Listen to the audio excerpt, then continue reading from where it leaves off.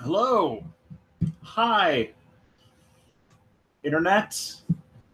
Yeah. Sorry, it's I had to take a sleep a little bit earlier, so I'm just a little out of it a little bit. But hello, everybody. Welcome to the stream. Now, for anybody who this is their first time at this thing, this is a stream that I do every week in the hour before a new step back video comes out, in which I talk to you guys for a little bit, and we chat, we have fun, we discuss things like that.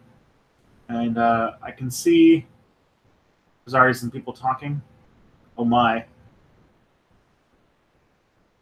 So okay, we got some talk about the military and stuff like that. So we already got we. So what I do is I sit here for an hour, I hang out with you guys, and then at the end of the hour, a new step back video goes live, and then you guys get to watch that, and then you get to move on with your week.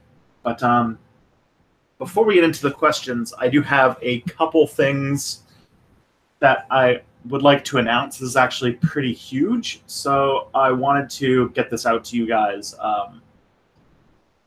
If you're a patron of Step Back, you'll probably already know about this, so because we were talking about it over the last couple days.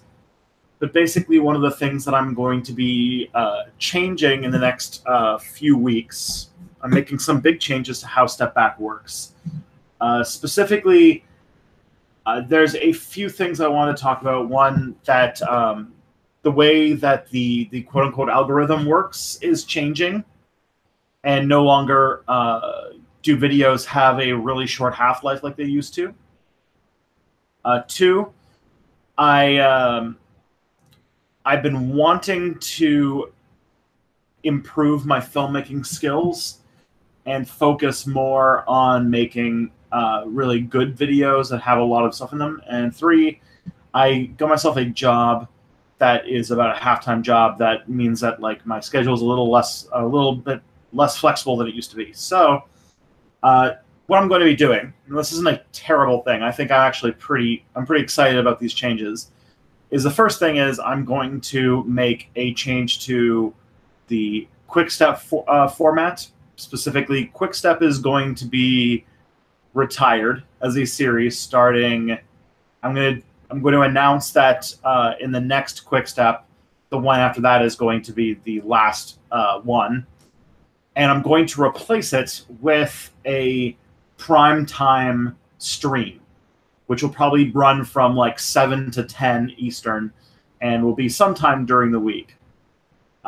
So this will be a pretty fun thing that it'll be very much like this. I'll talk to you guys.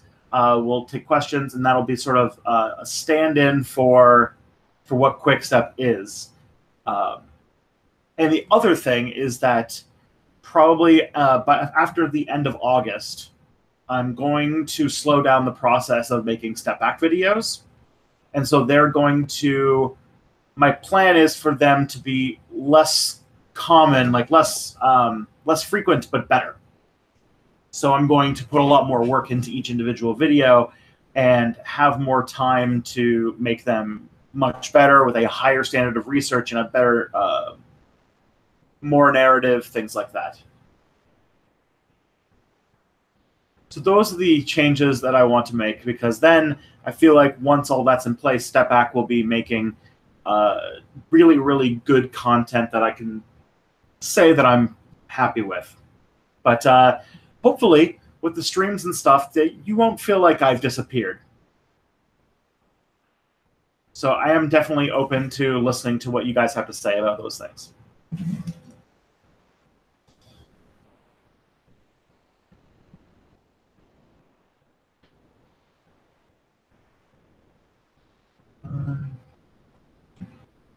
All right, so let's talk a little. Let's start getting into your questions.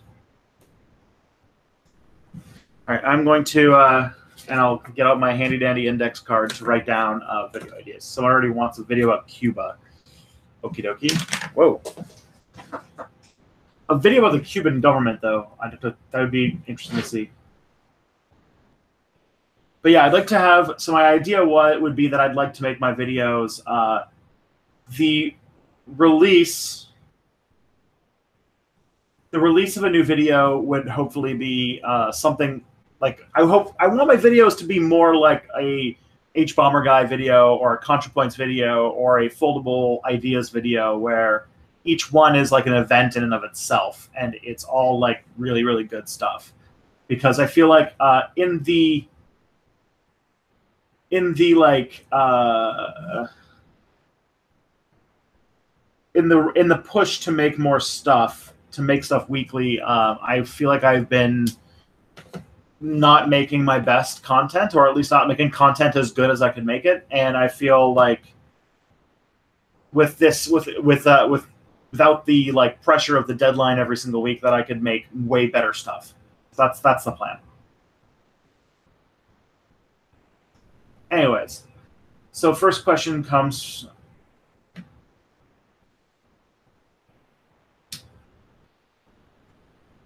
Yeah. How civic participation works in Cuba? How average Cuban participation? How the average Cuban participates in their democracy? Ooh, Fall of Rome. That'd be a really good one.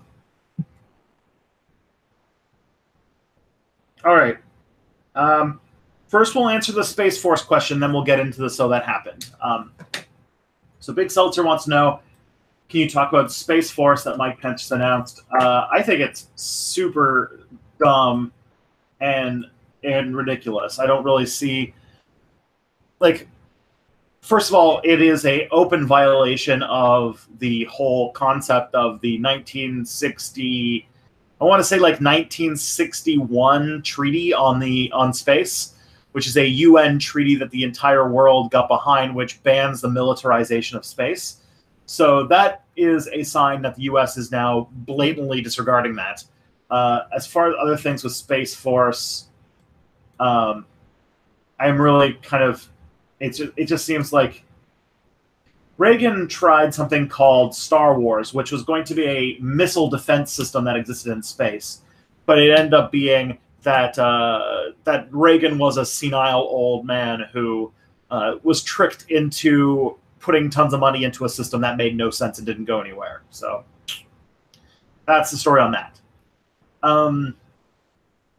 Yeah. So like the Space Force is like another piece of raw meat for the dum-dums that vote for the Republicans. And I imagine that, like a lot of things that Trump says, it's probably not going to ever resist in. It's not going to result in anything real, I don't think. And if it does, it'd be another grotesque waste of American money because they already put so much in the military. So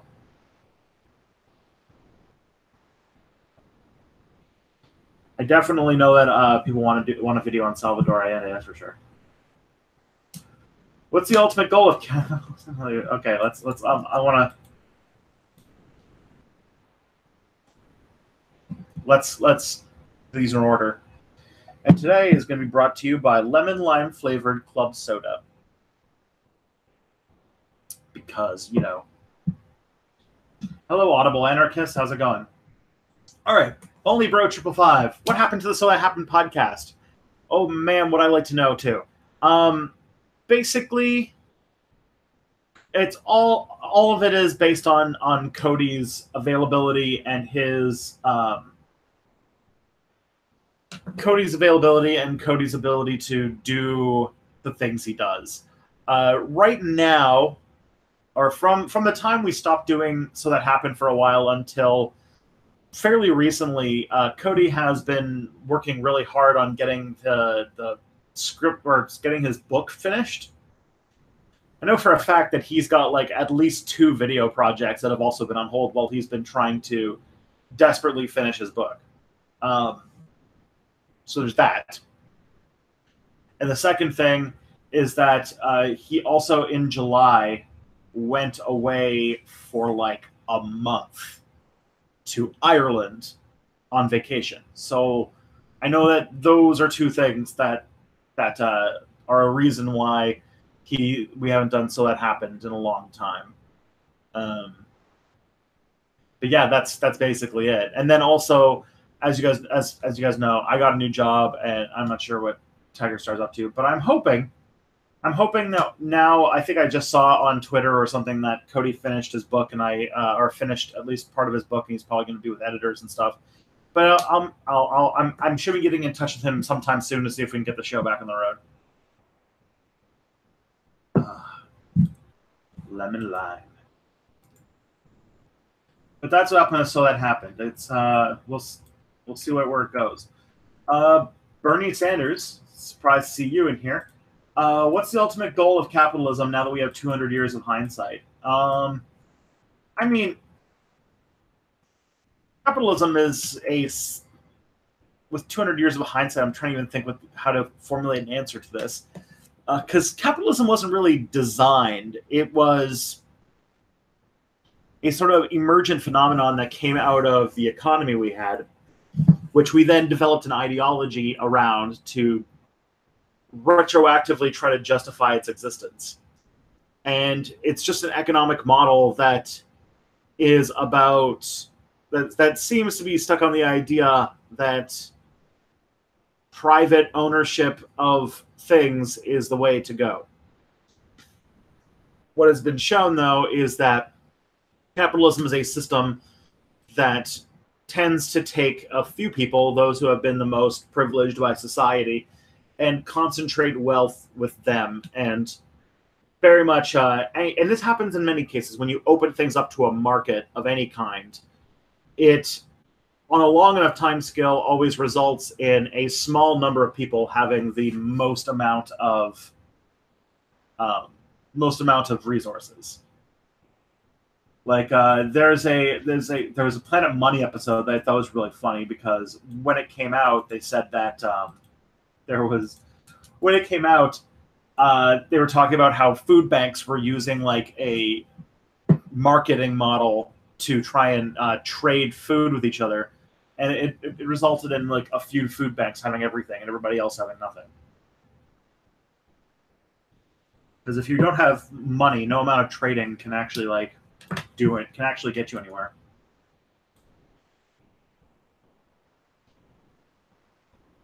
Okay.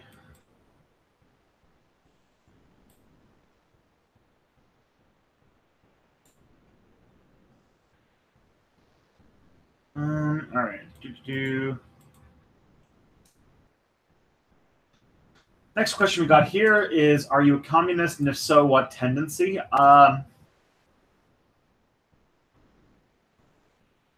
So let's see. Communist, if so, what tendency? Well, I would say that communism communism, in the way that Marx wrote about it, I would say is very good. Communism, in the way that it's envisioned by like countries, like regimes like the Soviet Union, I thought were deplorable, horrible, authoritarian regimes that basically just took the means of production out of the hands of capitalists and gave it to the government. But communism, the state that Karl Marx wrote about, is one that doesn't even have a state. It is a state of nature where there are no people, like basically everybody owns the means of production. So there are no governments, there are no companies. Everybody just kind of works to better themselves and the rest of humanity, to quote Star Trek. And so that state of nature, I would think is what communism is, and I think that more people would like it if they knew what that was than what they would go with.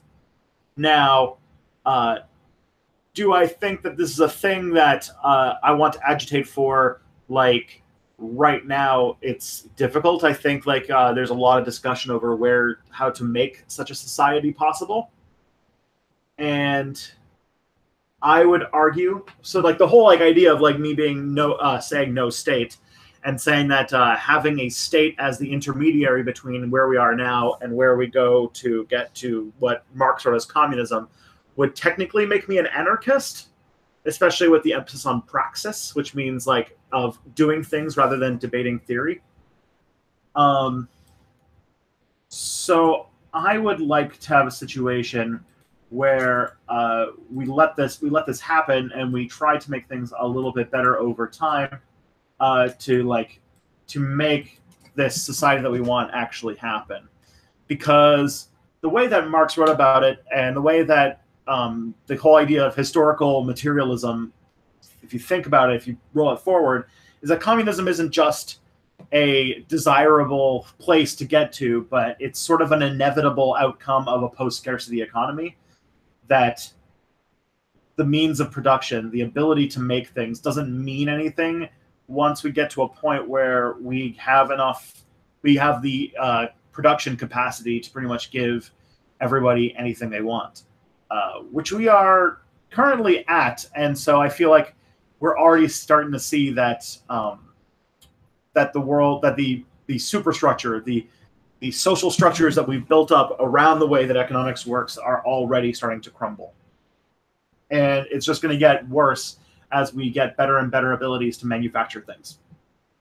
So we'll see. I'd like to, if I were, my idea for how to make a better society, I guess, would be to try and make that process happen faster, which would be through undermining capitalist processes and putting in better ones, which means, community organizing, trying to take things out of the dominion of capitalism. Like, I really like the idea that there's an anarchist group in the United States that's trying to recreate medicine that is locked under patent by big corporations, especially things like EpiPens.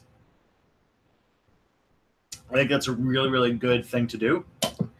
And these are the kinds of things that I think that anarchists should be doing as a way to hopefully nudge us towards a successful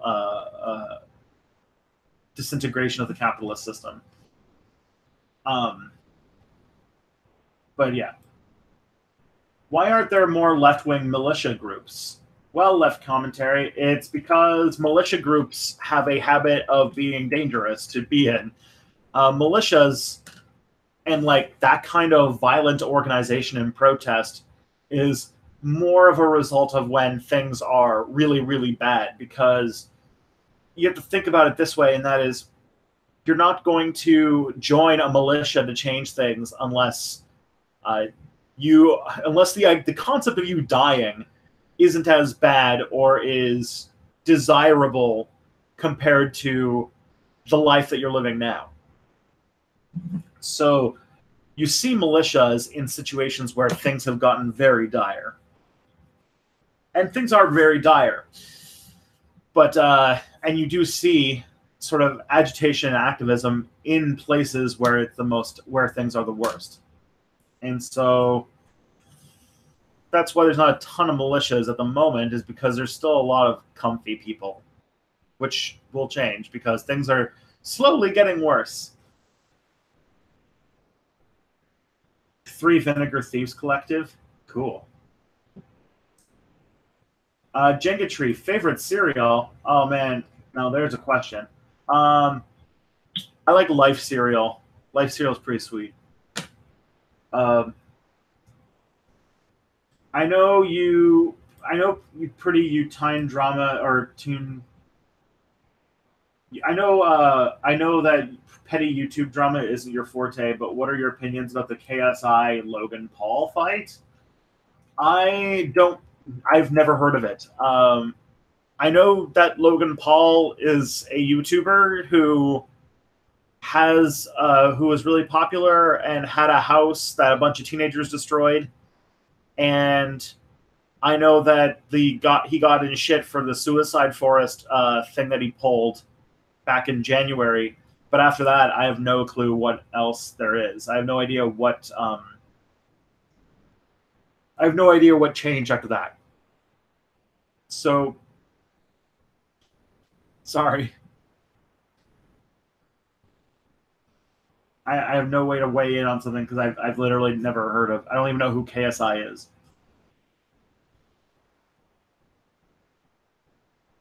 Could we get a video on the recent development in labor politics? Oh. Gotta turn my phone quiet. KSI boxed another YouTuber, and now the Logan brothers want in on the action. Okie dokie.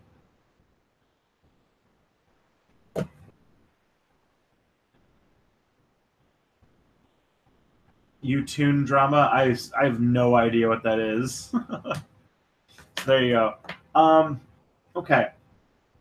Could we get a video on the recent development of labor politics? I think it's easy to say that there is a leftist support growing with Sanders, Ocasio, Corbyn, and AMLO. Well, yeah, I think that it's promising. I think that there are.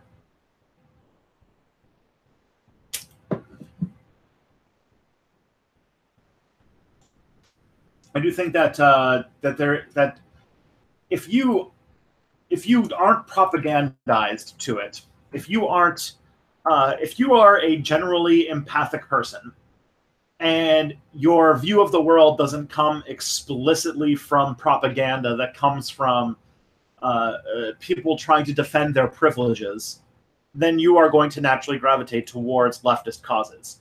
It's just the process of being a good person writ large.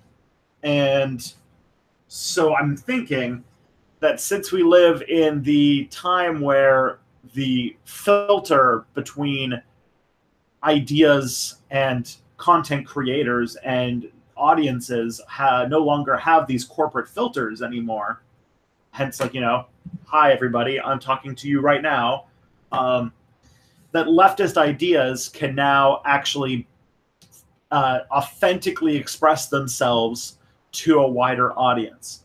And over a long enough time, I think that even though this feels very marketplace of ideas to say, I do think that it's a powerful enough idea, because if you really want to drill down into like deep Marxism, it's basically inevitable. Then we're golden. Then, like, yeah, things are going to get more popular. And politicians like Bernie Sanders and Alexandra Ocasio-Cortez and Jeremy Corbyn are just the beginning. And I do think that they show that there is an opening of the possibility of what kinds of stuff, the kinds of things that there are, the kinds of things that you can do will make you very happy, or will show that are opening the Overton window so that people can actually people can actually discuss these ideas. And now being a socialist isn't considered like, a horror thing anymore. And especially especially as baby boomers, those who grew up in the sort of propaganda situation of the Cold War are starting to die out. That, yeah, the openness to these ideas are growing, and I think that it's going to get even more so. Like, I can't wait until Alexandra Ocasio-Cortez is president, so that I could be the left-wing critic of Alexandra Ocasio-Cortez, because as the idea opens, as the idea space for politics opens, and we get a more left-wing center in power, then we can open ourselves up to more things. So right now we're like, yeah, we can advocate for, in the U.S., like public medical system, or getting rid of tuition in universities like here. But then once that actually becomes like the law of the land, then we can push for things like getting rid of capitalism altogether, or finding other things that we can nudge the world towards, and that would be a victory. I really hope so, anyway.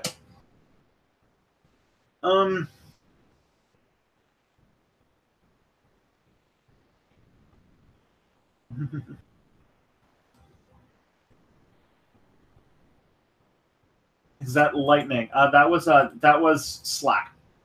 That was somebody on Slack asking me about something related to work. All right. See you later, Jenga Tree. You will be missed. Okay.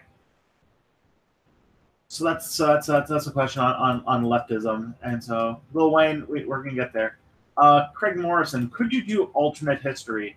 Like what do you mean, like regularly? I think that I'm not exactly sure that my alternate histories would make people entertained. Like when I think about alternate history scenarios that I like to write about, I obsessed more over things like culture and small things. Like I've worked on alternate history scenarios with Cody a few times, and Cody's always talking about like geopolitics and things moving around. And I'm just like, oh, like people would think about like we were talking about like the world without the internet, and he was talking about like, oh, like how this movement wouldn't happen, and this movement wouldn't happen, and this would be like different. And I was just like, yeah, but like the way that we approach technology would be very different. Think about how things were before you had your phone in your pocket, where you felt disconnected. Like my mind blowing thing was talking about how developments in technology without the internet would result in things like um, more and more clever ways of getting information from a phone, like a cell phone, without the internet. So like things like calling phone numbers to get info about something, and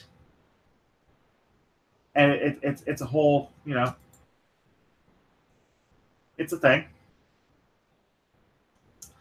Oh my, so much stuff going on. Okay. Argos Panoptis.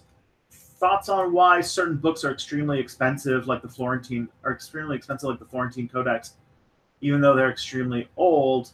Seriously though, the complete Florentine Codex is like $100 US. That's all. That all has to do with supply and demand and print and things like that. Like uh, somebody who there's not a ton of people in the world who want a printed copy of the Florentine Codex. You are probably, and I imagine that it's large enough that it's something that is very expensive to make that has a very small audience, and so that's probably why it's very expensive. That's my thought anyway. It's why textbooks are so expensive too. Is there such thing as a good cop? I mean, I don't know. I'd be hard pressed to see what the situation for that would be. Like I have one of my close friends from undergrad. She's a cop, and we just kind of just don't talk about that. Um, I think that there are people who become cops who have good intentions, but the job is going to either push them out of the system or they're going to not want to be cops anymore. They're either going to get pushed out of being a cop or they're going to change in some dark directions. I don't think that you can be a good person and stay being a cop for a long period of time. Because you're going to have to make severe compromises on who you are as a person just by sticking with it.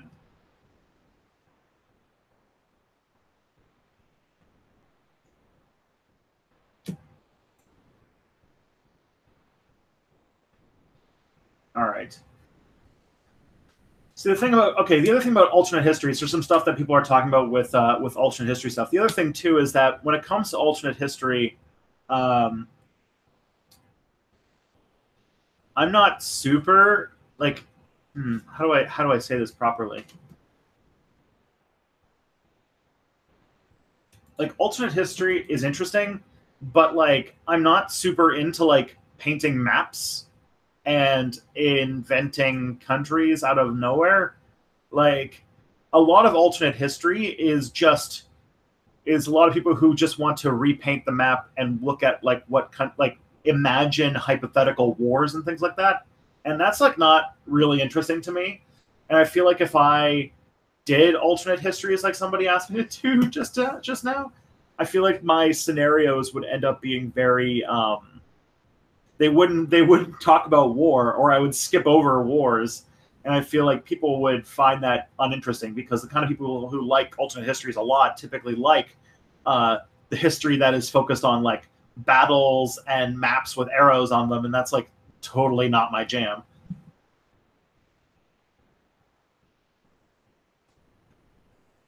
So there's that.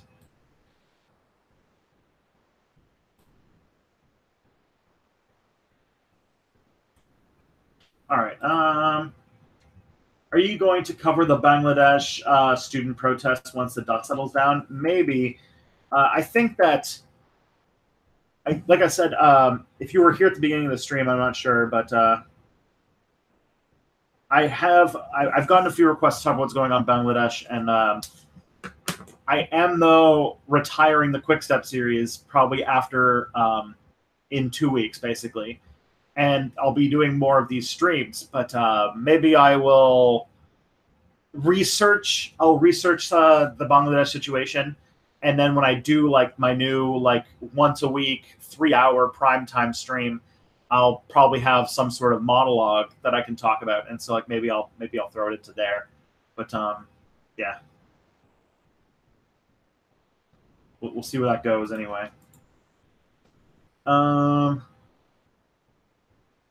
Thoughts on why so many racists are Canadians? For example, Lauren Southern or Stefan Molyneux.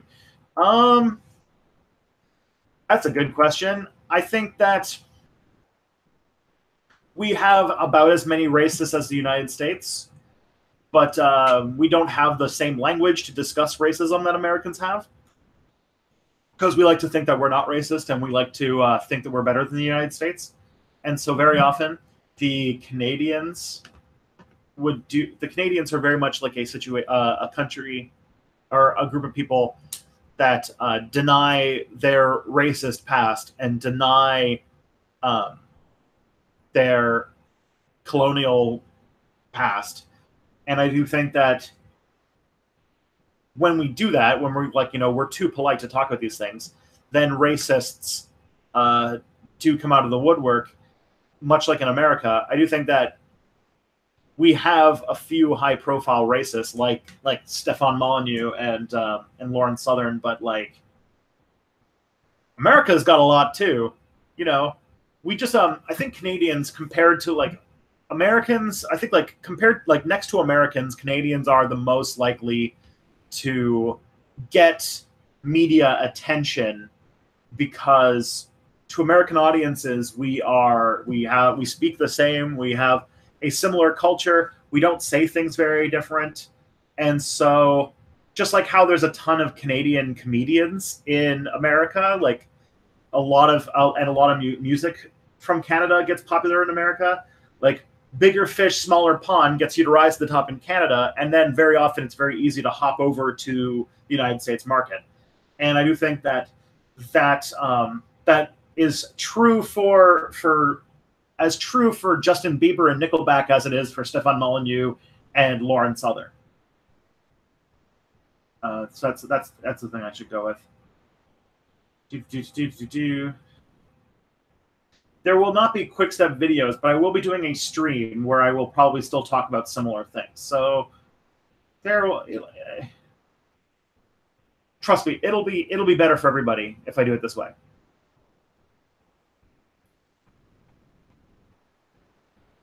All right.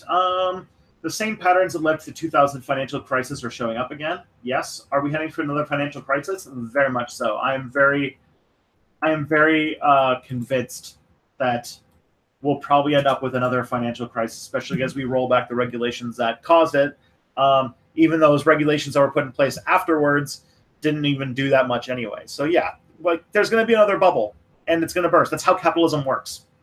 Like you can't stop financial crises from happening. Financial crises and like economic recessions and things like that are how capitalism works. Capitalism always is full of booms and busts, and it's going to happen again. It's inevitable. Oh yeah, club soda. Any new games you've played lately? Not really. I haven't touched any new games in a fairly long time. I've been very busy in the last month. So not really, no. Been trying to. Oh, I have been revisiting some older games that I haven't played in a long time. I started playing a little bit of World of Warcraft to do something boring to take my mind off of work, but not a whole lot. And I tried playing No Man's Sky a couple times, and I think that's a thing that I'll probably give some more time to once I feel like it. But that game has a lot of issues running on PC, so and I don't have a PS4, so I'm not exactly sure how. I have to figure out how to get it to work nice on my computer before I can play it. Okay. Chat. Indie Game Stamp Studio broached their culture as anarcho-syndical this year to show how much their corporate filter faded where it once was in pop culture. Okay. In the future, what do you think school children will most likely learn about our present day? I think that this period that we are in is very much, I think that features, I mean, it's hard to say. It's really hard to say. But I do think that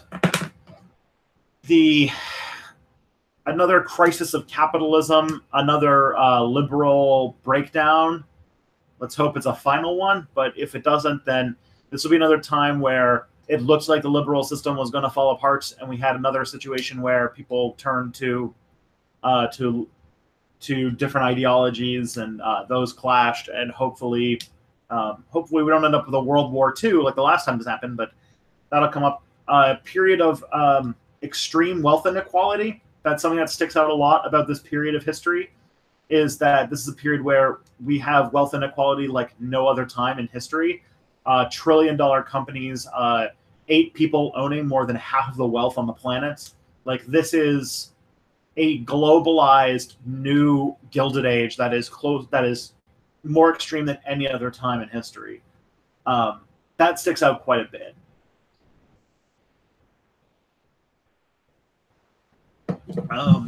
Yeah. Just popped on. Hello, Don Arnett. Checking my YouTube videos here. How do you feel about Alex Jones' material being removed from different platforms? YouTube, Facebook, iTunes, and Spotify. I think it's great. As a free speech thing, I think that it is perfectly acceptable to limit somebody like Alex Jones from speaking on a public platform. None of those platforms are in any way required to carry his content. And when you platform people like Alex Jones, especially Alex Jones, but other people too, like I think YouTube's still on the hook for Stefan Molyneux and Sargon of Akkad and a lot of these other racist people. I think by platforming any of them, they are partially making themselves responsible for the fact that enabling racist voices and oppressive speech like this is the sociological equivalent of shouting fire in a crowded theater. And I think that spreading racist ideas is not something that we should tolerate. But that's like my very Canadian position on hate speech, is that like hate speech is a dangerous ideology, and it's a dangerous meme that needs to be stopped whenever it can, because it leads to people dying, and I think that we need to really deal with that. So, there's that. Okay. Are we on time? Okay, we're good on time. Hi, Tristan. The channel Knowing Better is currently skyrocketing. What do you think of his channel? Friend of Mythic? Well, Fedor, I actually met Will at VidCon, and he seemed like a pretty nice guy. We seemed to have hit it off. I did not know that he is... I haven't been keeping close tabs on other YouTubers, but I know that his stuff's been taking off, and I've watched a couple videos that seemed all right. And then I saw a video pop up called In Defense of Christopher Columbus, and I haven't watched it. I'm like, holy shit, that's a pretty tall order to hit. But I found it odd because his other videos actually are pretty good. I think he's pretty good at making videos. So I'm not exactly sure where that goes. But yeah, besides just seeing that one video, and I haven't seen it, so I can't really make much judgment. Knowing Better is a pretty good YouTube channel. And so, yeah, the gods of the internet have blessed another, which is fine. It's fine. It's fine. It's fine. It's fine. It'll happen a step back sometime. It's fine. No, really, it's fine. Yeah, it's fine. Yeah. Any day now. Honestly, when things like that happen, like when Will when Knowing Better took off a few days ago, or like when Other Will when the exploration took off, I too just got very I had some feelings that I really am not proud of. I have this really bad I have a very bad personal flaw of having sour grapes in this kind of situation, and I don't like it. I don't like it about myself, and I always, anytime another person in my area shoots like off to like a crazy amount of subscribers and Step Back is still where it is, I have a crisis of faith, and I think that Step Back is a disaster, and I freak out, and I don't like that, and I think it's something I should work to change.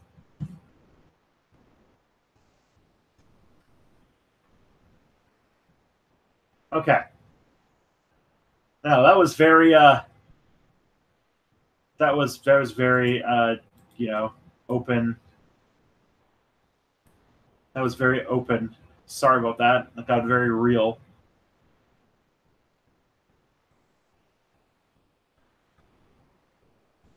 Okay, the Columbus video is about how we shouldn't all lay blame on colonialism on Columbus. Yeah, I, I, I was just nervous about it. I think that Knowing Better, from the stuff I've seen, is a very good YouTube channel. So it's just I haven't seen the entire catalog, and I've been burned in the past by saying this YouTube channel is great, and then finding out that they said something horrible in some video. So like I'm always like, I'm always very nervous. You're not a disaster. I watched you more than Cody or Emperor Tiger and I found you last. Oh, thank you, Nicholas. I appreciate that. I really do. All right. Okay. So thoughts on Bushido, like the Japanese like concept of chivalry and honor. I think I don't really know a ton about it. That's all I really know is that's what it is. I haven't done a ton of Japanese history, so no.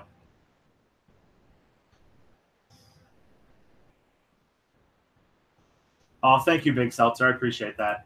All right. Do you mean the philosophy of duping yourself into enjoying an oppressive hierarchical system? Oh my. Oh, that's somebody else. Grifax, do you like spicy food? I love spicy food. I thought I was like just okay with spicy food, and then I was at a sleepover at my friend's house, like in high school, and his stepdad really liked. He had like one of those he's like one of those guys who had like a big collection of crazy hot sauces, and the stuff he gave me is just he gave me a lot of these, or he had all these hot sauces, and he kept trying to like test them out on me one night, and I just kept really liking them, and ever since then I have just been a huge fan of very spicy food. I am crazy about it. So whenever I have the episode, whenever I have something and I have the option to get it spicy, I'll make it the spiciest I can make it.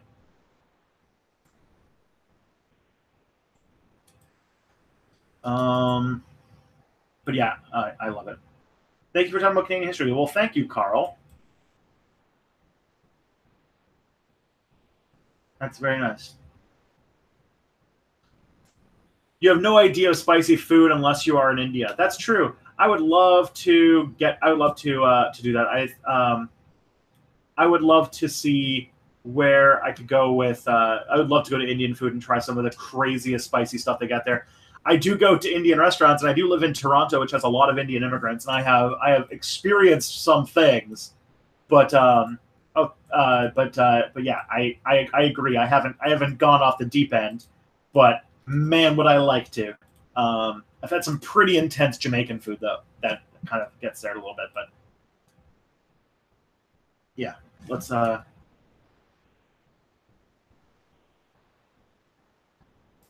thoughts on okay.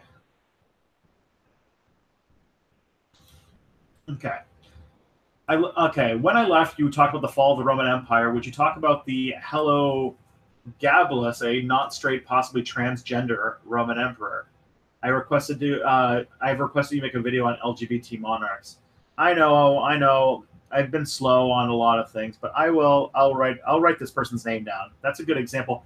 Like the thing is that I think ever since you requested that discussion on LGBT monarchs, is that I've kind of shifted the way that I make my videos into trying to make things that are that I can tell as like a story. And so I actually do think that like something like an actual like like a possible LGBTQ plus like Roman emperor is like a cool thing that I can do a video about that person's life rather than like just doing a bunch of emperors and making it a listicle that no one will watch. Okay.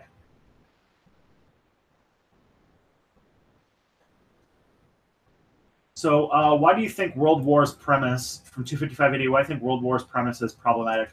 I'm not sure what you're referring to. Are you referring to like the like in the balance story that like Harry Turtledove series where like the British and the Americans ally with the Nazis to fight aliens or something like that? Or are you referring to something else? I'm not exactly sure.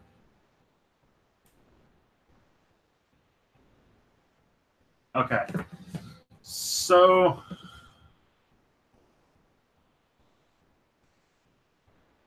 let's see. Where can I go with this? So World War is. I think that it just like. I think that there's like there's an issue I have with just even the concept of trying to be like, oh, like we can make this story where where we can put aside our differences with the Nazis in order to make the story. I feel like even though that's an interesting idea, when you make a piece of media like a book, you are making a decision to go forward with that idea. And I do think that that was an idea where even putting it out there that like, oh, we can like make friends with the Nazis and come together against a common foe has problematic dimensions to it. I know that this would not be what Harry Turtledove would have intended, because I know Turtledove is like left wing as fuck. But like but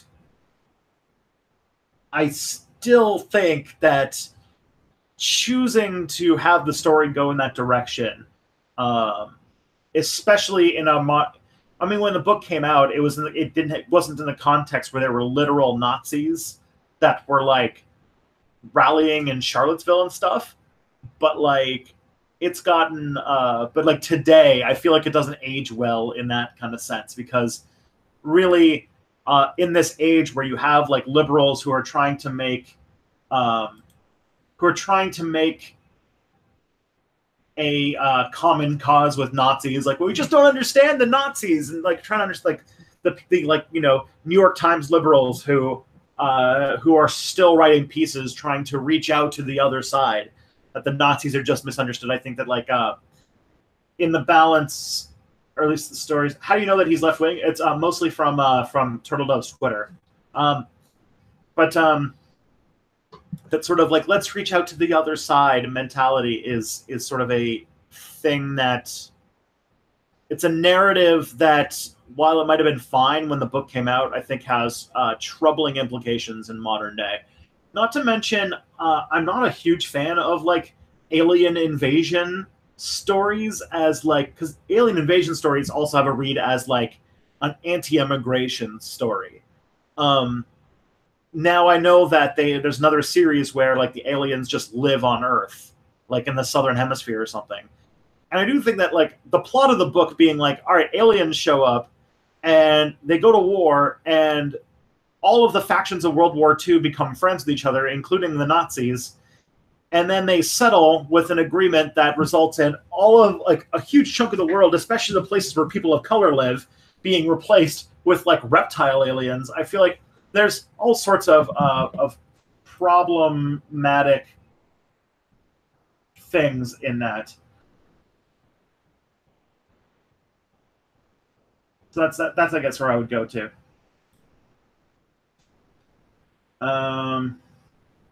All right. Toastwagon, when you mentioned in a previous step back that history as a profession started in lives in the shadow of nationalism, made a lot of bad alt history people make a lot of sense to me. Yeah, that's true. I do think that that is a thing that came out of the it, history as a profession did come out of the nationalist movement, and there is a. I also think that that's another thing about like my. If somebody asked me earlier in the stream to talk about alternate history and do alternate history scenarios, is that a lot of like nationalist people do alternate history scenarios, and I feel like my like rejection of nationalism as a concept would result in me making like alternate history scenarios that people wouldn't like. Like there's like some of the ones that I've like entertained and just talked about randomly are a like someone trying to push for like what if the South won the Civil War, and I said if they won the Civil War, the South would have quickly become an economic backwater that nobody cares about, and as they clung on to a horrible institution, they would probably become an international pariah. They'd probably be forced to abandon slavery anyway, and they'd probably go to some sort of apartheid state. And like literally everybody would hate that country. And also due to the changes in cotton, like they would not be able to make any money. Like it would be the most poor and backwater and crappy country that would probably, within 2 decades of the war ending, come back to the United States with its tail between its legs and beg to rejoin the United States. And it would be even worse for the South than it was in the actual Civil War. Like that's not an answer people like to get to imagine to imagine an alternate history scenario. So like that's just what it is.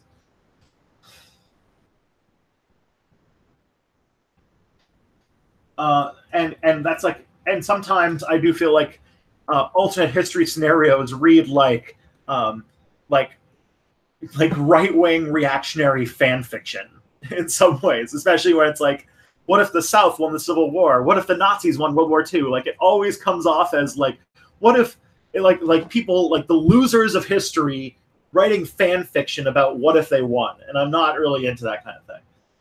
Um, do you know much about Bohemian history from Toastwagon?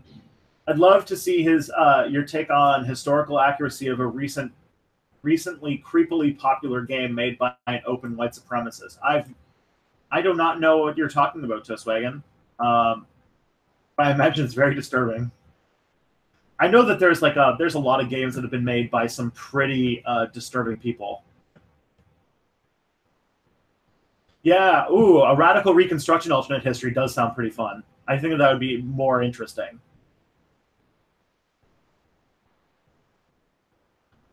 All right, we have 7 minutes left, so let's get moving. How long do you? All right, Hell Fox. How long will you get your Discord started? Hopefully, I'm gonna put on my I'll put on my list of things to do. I've been dragging my feet, but I think that now that with Quickstep moving away from being with Quickstep moving away and the stream a regular stream coming into it, I do think that a Discord server is going to be pretty necessary. Just like I want to keep in contact with people, and if the step back release schedule is going to slow down, and if Quickstep's going to go away, then yeah, I think that I do think that it's pretty good. Um,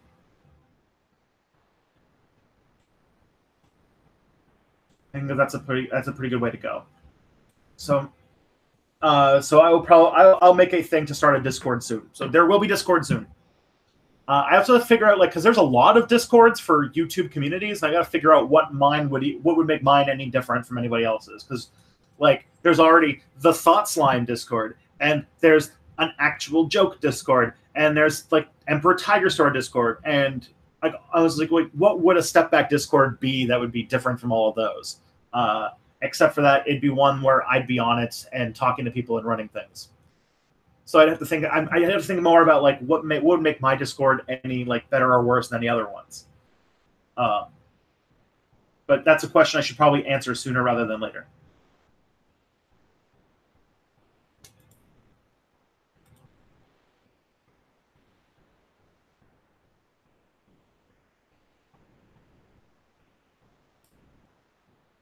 Okay.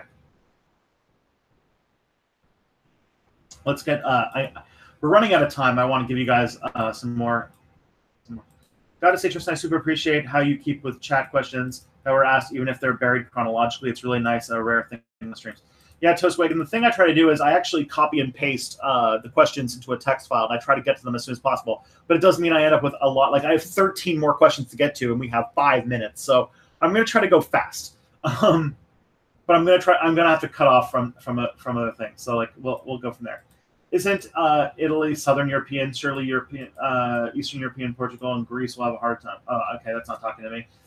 Suppose you found a winning lottery ticket on the sidewalk and won $77 million. Do you think that you'd stay true to your left-wing ideals if you were so rich? I'd hope so. I know that I'd be pressured in a lot of ways to not be, but I also don't know what I would do. I don't even know how to process that much money. I don't think that I'd be very curious as to what I would do with that, because hopefully, my ideal self, who doesn't have the money right now, would say that, oh yeah, I would probably put up enough side so that I wouldn't have to worry about working, and then I would just, I don't know what I would do with the rest, but I'd probably try to set up something to make a perpetually going resistance to capitalist violence. But I have no idea. I have no clue if that's a thing I would do. And it's not only my decision. Like, I'm married, so like it wouldn't just entirely be myself. Could you please make a video about the history of? And I also have like a nephew that I'm trying to save money for, and I'll potentially be having kids in the future. So there's all sorts of things. Anyways, could you please make a video about the history of technocracy and Georgist movements? I have never heard of technocracy and Georgist movements. I'd have to check out what these are. Those are like new words for me. Thoughts on the turf group leading the Pride Parade last year? That's not good. If I didn't listen to Knowing Better's video, what do you think about Knowing Better's video, like semi-excusing Churchill for the famine in India, or claiming the Japanese were the same as Nazis during World War II? I don't know. Like I said, this is the thing, is like the stuff that I've seen of Knowing Better is good, and I have no idea where other places go. And so, he probably has problematic opinions. Everybody does. And yeah, that's why I can't give like a full-throated support, because I haven't seen everything they've done. And when you have an audience like I do, you have to be a little bit more careful about the things that you endorse or the things that you condemn. Bo Nod, so do you think that the EU has a future, or will it collapse, crash between the US and Russia? I hope that it can survive. I wouldn't really like it to get too far underground or too far into either of those camps. Why do you think Sargon is recess?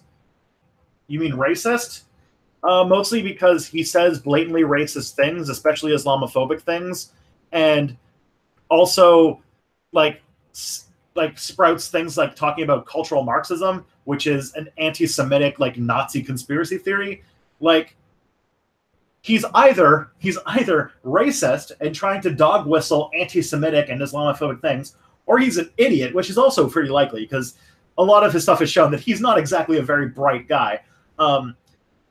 He's a very lazy intellectual, that he doesn't understand the implications of what he's doing. And he doesn't think through his own thought process, because he likes to churn out stupid content all that fast. He is a bully, he's a racist, or he's an idiot. And neither of them are anything that I want to be associated with, or anything that really a good person will find good. I think that it's a huge thing. And there you go. I apparently he made a video admitting he's a fascist, which does not surprise me in the least. And the fact that he's so mad about the idea that people should be more polite to each other. Like, what the? Oh my God, what a dick! I hate him so much. All right. Thank you, Toastwagon, for saying that I'm charismatic. I appreciate that. I hope that the streams will get a little bit of that going. Thoughts on mutualism? I don't really know that much about mutualism, except that it's like communism with money or communism with markets, and I'm not exactly sure like what the point of that would be. Have you tried anything like ghost pepper candies? No, but I really want to. What do you like about Canada? I like that I can. I like that it is. I live in one of the most multicultural cities on Earth. I think the most multicultural city on Earth, and I really like that I can you know, I think I like that. I like that I can experience all sorts of different cultures. I like the Canadian dedication to multiculturalism. I think that that is one of the most important things about this country, and it's a thing that we do not value enough. I'm reading Fatherland. Thanks for recommended. Awesome. Do you think that it's problematic to treat Nazi Germany and the USSR as basically interchangeable? To an extent, I do think that people in some parts of the left are a little bit too kind to the Soviet Union and undermine our own arguments based on trying to say that that's trying to redeem the Soviets. And while the Soviets had good ideals behind them, they did pretty terrible things, very akin to what the Nazis did. And so, whether you killed lots of people to try and move society to a better place, or you killed lots of people because you're racist, you still killed lots of people. And so, I don't see it as that bad as bad as other people. I think that it's inaccurate. I think that there is problems to it, and that you should be a little bit more nuanced. But still, the Soviets were not as good as tankies make them out to be. All right, it is 2:01. The new video is live. It is the history. It's part 1 of a series where I'm going to do a history of Al Qaeda. Here is the link. I hope you guys have an amazing afternoon. See ya.